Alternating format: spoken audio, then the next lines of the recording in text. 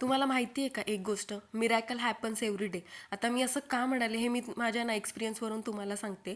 मी पहिल्यापासूनच माझ्या करिअरवर खूप फोकस होते. मी एक अभ्यासू मुलगी आहे. जे लोक मला आधीपासून ओळखतात त्यांना माहिती आहे की मी आणि माझ्या बहिणी आम्ही तिघीसुद्धा खूप अभ्यासावर फोकस आहे आणि पहिल्यापासून करिअरवरच फोकस होतो. तर माझ्या आयुष्यात असा एकही दिवस नव्हता की जो वेस्ट असेल. माझं नेक्स्ट डे काही ना काहीतरी ठरलेलं असायचं. माझं सॅटर्डे संडे ठरलेलं असायचं. पहिल्यापासून मी माझ्या करिअरवर फोकस होते, अभ्यासावर फोकस होते, मला काय करायचं लाईफमध्ये हे फोकस होते. पण ह्याचबरोबर माझ्या हातून बऱ्याच गोष्टी सुटत होत्या आणि त्या मला कळत होत्या की जसं फ्रेंड्ससोबत एन्जॉय करणं, ट्रिपला जाणं, स्वतःसाठी वेळ घालवणं, मूवी बघणं, ह्या गोष्टी माझ्या हातातून मिस होत होत्या. आणि मला माहीत होतं की आपलं तरुण पण परत येत नाही. हे लाईफ आहे आपल्याला एकदाच मिळतं. पण त्यावेळेस माझ्याकडे ऑप्शनच नव्हता. माझं टाईट इतकं शेड्यूल होतं. मी सकाळी क्लासेसला जायचे मॉर्निंगला 6:30ला.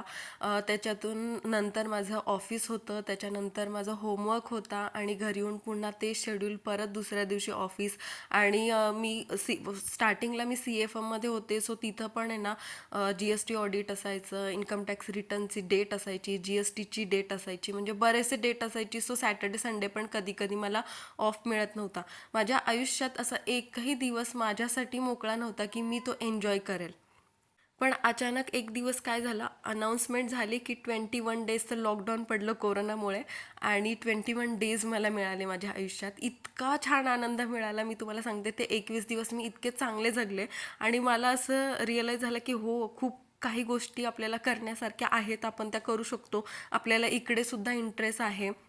आणि त्यावेळेस काय झालं होतं, नुकताच कोरोना लागला होता, लॉकडाऊन पडलं होतं. सो ऑनलाईन क्लासेस त्यावेळेस अवेलेबल नव्हते, फक्त ऑफलाईनच क्लासेस होते.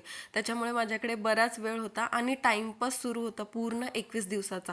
तर हो, मी तुम्हाला मगाशी सांगितलं की मिरॅकल हॅपन्स एव्हरी डे. जेव्हा देवाला कळलं होतं की बरेच थकांमध्ये आहे, थकवा आहे ह्या मुलीला, तेव्हा त्यांनी मला 21 दिवसाची सुट्टी दिली आणि मला खरंच हे रिअलाईज झालं. आणि मलाच नाही, माझ्यासारख्या बऱ्याच मुलींना ह्याच्यातून खूप रिलॅक्स मिळाला असेल. तो 21 दिवसाचा पिरियड जो प्रत्येकाने एन्जॉय केला असेल. मग आम्हाला बराच वेळ मिळाला, मला तरी बराच वेळ मिळाला एन्जॉयमेंटसाठी. चला, आज पुरते एवढंच बास करते. माझी नेक्स्ट व्लॉगमध्ये शेअर करेल नक्कीच. इथे मी काम करून आले होते. धीरजने आम्हाला नेलं होतं बाहेर. धैर्या डोसा खात होती. तुम्ही जर चॅनलवरती नवीन असेल तर प्लीज सबस्क्राईब करा आणि फॉलो करा. भेटूया नेक्स्ट व्लॉगमध्ये. Bye bye.